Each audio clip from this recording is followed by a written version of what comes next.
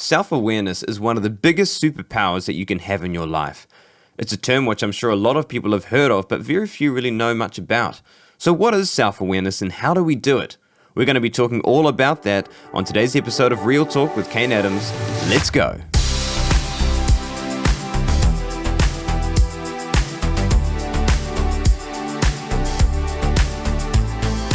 Welcome back to Real Talk with Kane Adams. I'm really excited about today's episode. We're going to be talking all about self-awareness. And like I mentioned before, self-awareness is one of those topics or perhaps terms which I'm sure a lot of people have heard of, but very few people kind of know what it means or know how to apply it to their lives. And so we're going to be talking about self-awareness. It's such an important topic that I want to spend the next 4 episodes talking about it. So this episode plus 3 more, because it's really the foundation when it comes to self-development and mental health.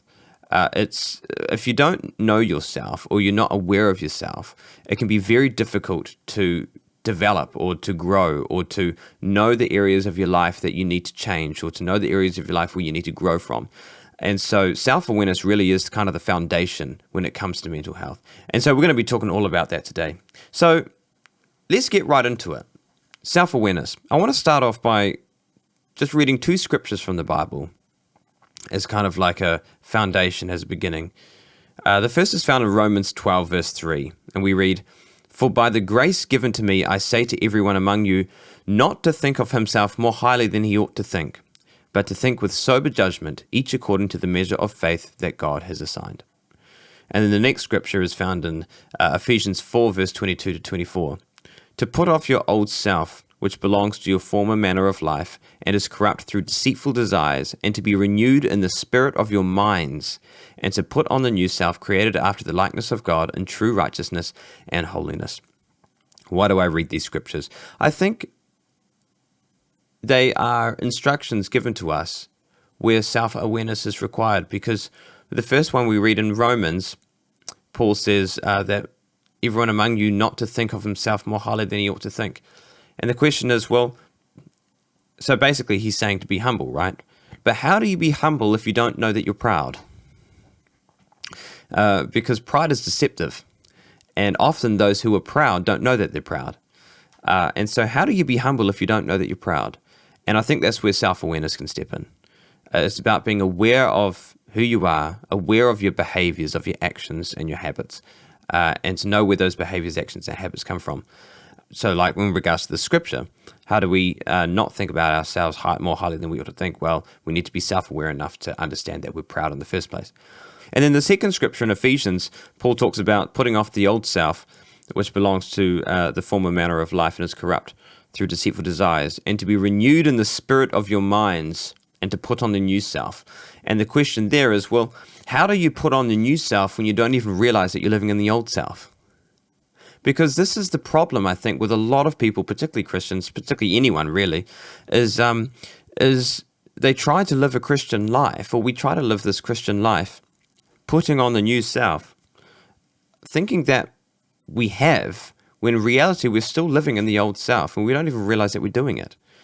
That we think that we're being humble, but we're still riddled with pride, and we don't see that. We don't. So this is what self-awareness is all about. It's about asking ourselves honest questions about where we're at life, and what can we do to improve, and what can we do to grow, and what can we do to move forward. So what is self-awareness? Self-awareness, I've written a small definition of it, which I think can explain it quite well, and it says this: self-awareness is to know yourself in a way that is rooted in reality, rather than rooted in your own perceptions. It's to know yourself in a way that's rooted in reality rather than rooted in your own perceptions. What do I mean by that? Well, what happens in life is that when we experience trauma or situations around us or regarding us when we're children, all the way through to adulthood, we gain certain perceptions of how we see the world and especially how we see ourselves. I'm sure you've heard the analogy about the rose-tinted glasses. So it's like we put on a pair of rose-tinted glasses, right? And everything that we see is rose. And it's the same thing. We put on these rose-tinted glasses right from childhood. And it's through those glasses that we perceive the world as well as perceive ourselves. some of those perceptions are correct, but the problem is that a lot of those perceptions are not correct. And we can end up having a lot of warped perceptions of who we are and of how we see the world. And so self-awareness is about seeing the world through the eyes of truth, and more importantly, seeing ourselves through the eyes of truth. Self-awareness, it's about asking ourselves the questions, who really am I as a person in reality? Not how I see myself, because that's perception, but who actually am I as a person in reality? What are my behaviors? What are my thought patterns? What are my mindsets? Which ones are correct and which ones are incorrect? Which ones are healthy and which ones are unhealthy? It's about self-awareness is about asking, what are the flaws in my life that I could change and that I would change if I'm willing to? What are the behaviors that I am exercising that are detrimental to my life, that are bringing destruction if I don't stop them now? And likewise, I mean, it could be, what are the behaviors in my life that I'm doing well, that are leading me to a whole self, or leading me to goodness in life? And so that's what self-awareness is about. And it's something which I'm sure a lot of people just have not been able to grasp or don't know to grasp. And I think that's where it's a bit of a travesty, is that, well, let's put it this way. What I find tragic is talking to people who are in their 50s or 60s or even 70s or even 80s who exercise certain behaviors which are based on trauma and based on personality, which they could have nipped in the bud decades ago, but they haven't, because they don't know this stuff. And so they spend their lives going around the same mountains over and over and over again, and a lot of them don't even realize that they're doing it. And it's a travesty, because I sit there thinking, this is something you could have dealt with decades ago if you just knew about self-awareness. And we're willing, and not just know about self-awareness, but to have the courage and the bravery to face the truth about yourself. And so you don't want to be in that position in life. You want to be able to nip these things in the bud as soon as you can. And I'm not just talking to young people. I'm talking to anyone at any age. It's never too late to start dealing with this stuff. So in a way, self-awareness is not just about knowing yourself, but it's knowing why you are the way that you are. So it's not just knowing that you are an angry person, it's understanding why you are an angry person. Or it's not just knowing that you're a people pleaser, it's about understanding why you are a people pleaser. And we're going to go right into that further along in the episode. So here's another definition here. Self-awareness is the ability to be aware of your thoughts, habits, and behaviors, as well as recognizing the underlying beliefs that these thoughts, habits, and behaviors come from inside your life. So, like I just said before, it's not just about understanding what your behaviors are, but it's about understanding why you behave in that certain way. So, self-awareness is about recognizing your thoughts, your habits, and your behaviors, what they are in your life, how they're manifesting in your life, but also understanding where those thoughts, habits, and behaviors come from, particularly in regards to belief systems.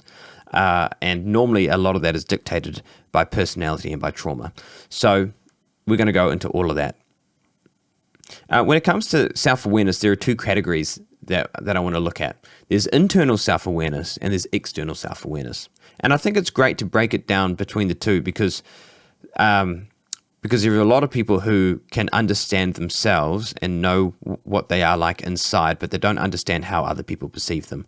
Likewise, there are people who can understand how other people perceive them, but they don't understand necessarily why they think the way that they think, etc. And so what's the difference between the two? Internal self-awareness is to understand your own mind, motivations, behaviors, and thinking, and where that thinking comes from. It's all internal. It's all inside. Working out everything about yourself, who you are, why you think the way that you think, why you behave the way that you behave. Whereas external self-awareness, which we're going to be talking about next episode, is all about understanding yourself from other people's perspectives. It's about looking at yourself from the outside in. It's about asking yourself the question, what is it like to be on the receiving end of me? And so that's external self-awareness. Okay, cool. So let's go into internal self-awareness. So like I mentioned before, internal self-awareness is about understanding your thoughts, your habits, and your behaviors, what they are, but also where those thoughts and habits and behaviors come from. I think the best way to do this would probably be through example and through analogy. So let's say that you are an angry person. So you are someone who quite often is very defensive, someone who doesn't like people disagreeing with them, or if someone disagrees with them, you let them know. You scream, you shout, you berate other people. You become very defensive. You become volatile. You're an aggressive person. Quite often, a lot of outbursts of wrath, outbursts of anger. You seem uncontrollable sometimes, and very frightful. It can be frightful experiences for people because you're just genuinely an angry person. Let's say that's you, okay? Yay. Wonderful. So the first step would be to understand what the behavior actually is. Because you might have someone who, well, for example, you might be an angry person. You might launch into an absolute tirade against someone because they disagreed with you, and then walk away huffing and puffing, storming off. And someone may say to you, gosh, why were you so angry? And you might respond by saying, I wasn't angry. And then that's the first step. Is actually recognizing the behavior that you're exercising, because there'll be a lot of people who don't even realize that they're angry. And that's like a complete lack of self-awareness, I should say. That's like self-awareness on one end of the spectrum where you are completely unaware of yourself, where you don't even recognize the behaviors that you're exercising towards yourself and towards other people. So again, let's say you're an angry person. That would be the first step, is to recognize that you're an angry person. Now, I'm sure a lot of people have probably made it to that step where you might be an angry person and you might understand and know that you're an angry person, but I'm sure that a lot of people wouldn't understand why they are angry. So let's break that down. When it comes to our behaviors particularly, and how we behave in a certain way, a lot of it comes down to personality and trauma mixed together. So if you're an angry person, from a personality perspective, it's likely that you would be someone who is highly neurotic, which is basically someone who is more prone to experiencing negative emotion far more than most people. So naturally, you're a volatile person. Naturally, you experience negative emotion far more than a lot of other people. And that's part of your personality, which is, to a degree, unchangeable. So you might be a highly neurotic person. Likewise, you might be a very disagreeable person, which means that you are more likely, just from a personality perspective, to place other people's needs. No, sorry. You're more likely to place your needs before other people. So you're more likely to be more self-absorbed, to be a bit more self-centered, and to put your needs before other people's. So if you're a disagreeable person and as well as highly neurotic in terms of personality, then you're going to be more prone to be an angry person. And that's just from a personality perspective.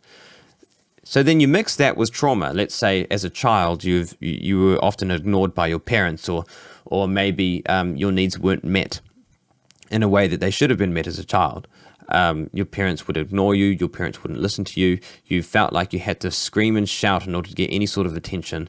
Otherwise, you would feel like you're going to die, quite literally. Like you see it as a threat, quite literally. It's the engagement of the nervous system with the fight, flight, and freeze.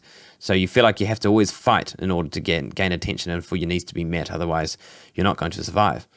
So what happens is that if those needs aren't met as a child, is that then that continues on into adulthood. So you may resort into screaming and having a tantrum and shouting and yelling as an adult in order to get your way, because that's how you've always done it as a child, because that threat is still there and it hasn't been dealt with.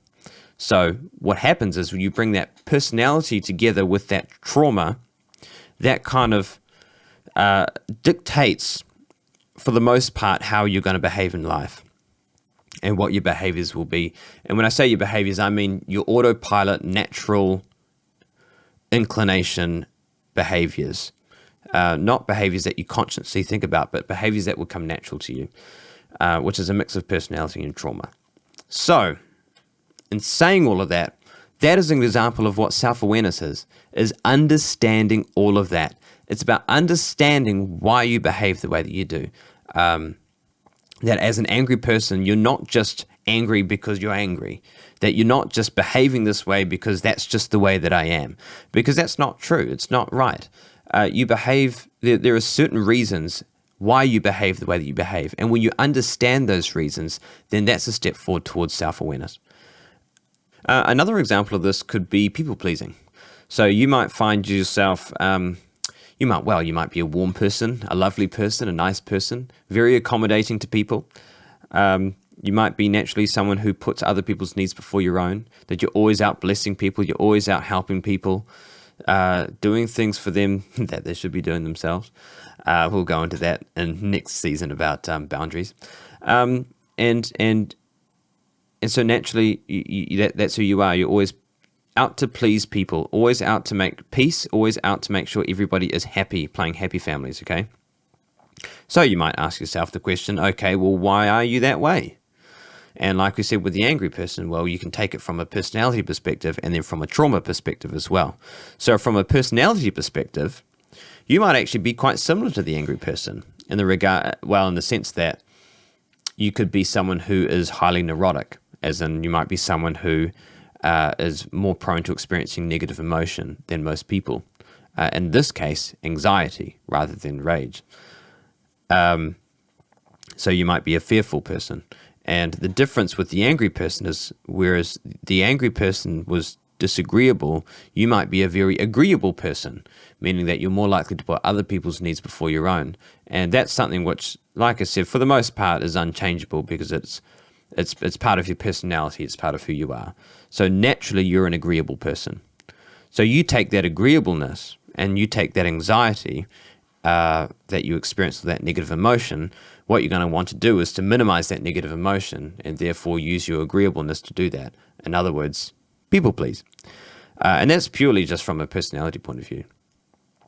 So then from a traumatic point of view, from your trauma, from childhood or from whatever part of your life, okay, well, you might ask yourself the question, why do I people please? Well, I do that because it makes me feel safe. Okay, so then you ask yourself the question, and you do this honestly. When you ask these questions, you go into the truth and you do these honestly, and they can be quite confronting. You ask, has there ever been a significant moment in your life where you felt like you weren't validated or you weren't safe? And you might think, okay, yeah, sure. Perhaps there was a time when I was 10 years old when I went to go play basketball with my friends, but because I'm not very good at sport, they didn't allow me to play or they didn't want me to play. And so I went home feeling depressed and feeling sad and feeling rejected. And then when I got home, maybe mum was, out with my brother at soccer practice, and my dad was racing out the door with my sister to take her to the dentist. And they left me alone, seemingly forgot about me, I suppose, sitting on the couch crying, or whatever. And then they come home an hour later and I'm on the couch crying and they wonder what's wrong. And you experience such a feeling of rejection and invalidation, and like your needs have far from being met, which can be a very traumatic experience. So then you might ask yourself the question, okay, so how did that make you feel? Well, that whole situation, it made me feel rejected. Right. Okay, so then you might ask, how did that rejection feel? Well, it felt awful, obviously. No one likes to be rejected. So, is it possible that the feeling of rejection that you felt in that moment and in many other moments of your life was so painful and so traumatic that you wish never to experience it again? Therefore, you attempt to people please as much as you can to supposedly minimize the risk of being rejected? Yes. So in this case, perhaps your proclivity to please people stems from a deep fear of being rejected. And so to know all this stuff is internal self-awareness. And it can be quite heavy at times, which is why I recommend that with things like this, particularly that pertain to trauma, it's a good idea to unpack this with the counselor. But this is what self-awareness is all about. It's about understanding what your behaviors are, for example, to people please, and why you behave in that way to minimize the risk of being rejected. And so what happens is that at this point you can spot yourself in action, and you can see yourself, perhaps if you're wanting to please someone, maybe a friend, you might be blessing a friend, doing lots of things for them, complimenting them, and just putting their needs before your own. But you might catch yourself doing it in a way not because you love them and because you just want to be a good person, but you're doing it because you don't want to feel rejected. And when you recognize that, that's what self-awareness is all about. You can go, aha, I'm doing this because I don't want to be rejected. And at that point, you can replace the lies with truth. What do I mean by that? Well, what happens is that when we experience trauma in our lives, whether it's from childhood or from whatever part of our lives, is that trauma can hack into our belief system and create all sorts of incorrect beliefs that we carry on into adulthood. Things like I'm not wanted, or no one cares about me. These kind of shame scripts. No one likes me. I'm not worthy of anything. I'm a mistake. People can't stand me, or whatever. Or I'm going to be rejected. I'm a failure. All of these things, these incorrect belief systems that operate in our mind that are linked directly to this trauma. And so what we need to do is we need to address those belief systems, because what happens is those beliefs and those mindsets, most of the time are subconscious. We don't recognize that they're there. We just naturally autopilot think about them in a way. And so self-awareness is about going to the root and addressing these. And we'll talk about that in a separate episode. But it's recognizing what the mindsets are that are driving these behaviors, driving your behavior to be a people pleaser. It's because you don't want to be rejected. And then at that point, you can address it and replace it with truth. For example, you might think, well, I'm feeling lonely and invalidated. So you remind yourself, I'm loved and accepted in Christ. He took total rejection from God so that I would never be rejected by him. I'm surrounded by people who love me and seek the highest good in my life. And even if I wasn't, I still have Christ who loved me enough to die for me, the death that I deserve to die, and that I'm never rejected in him. And so when you speak that truth and replace that lie with that truth, then that can help you. And it can help you to alter your behaviors so that you can please people in a way that is healthy, not because you don't want to be rejected, but because you genuinely care and genuinely love them. So that's a lot. But all that to say is that is what self-awareness, internal self-awareness is about. It's about understanding the thoughts, the habits, and the behaviors in your life, and what is actually driving those thoughts, habits, and behaviors, the belief system, and your personality and your trauma. Okay? Because this is what self-awareness is all about. It's about recognizing that you are not your thoughts. And I think this is the biggest mistake that a lot of people make, is that they believe that they are their thoughts, that whatever thoughts come to their mind, that they have to act on them. I think a lot of people believe that they can't help but be who they are. And what they mean by that is they can't help but behave the way that they behave, which is totally incorrect. And that you absolutely can control the way that you behave and your natural thoughts and your natural habits. Because like I said, what happens is trauma hacks the belief system, which means that we have these thoughts that come into our mind in an autopilot kind of way. You have these knee-jerk reactions that are natural, that you feel like you can't control, but you can control if you understand where they come from. In other words, an angry person isn't always going to be an angry person. If you're a people pleaser, you don't have to be a people pleaser in a way that's unhealthy. You can change those behaviors, but the way that you do that is by addressing the thoughts and the habits that you have in your mind first, and the traumas as well. Okay, so I hope that's helped you a lot, kind of an introduction into self-awareness from an internal perspective.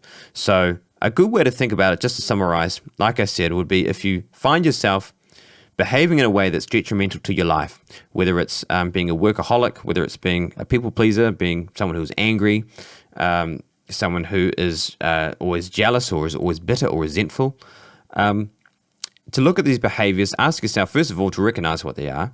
Second of all, to ask yourself where these behaviors come from. And you can look at that from a personality perspective and from a traumatic perspective. And then when you start to recognize and ask yourself those honest questions, why you behave the way that you do, that'll bring incredible power to your life.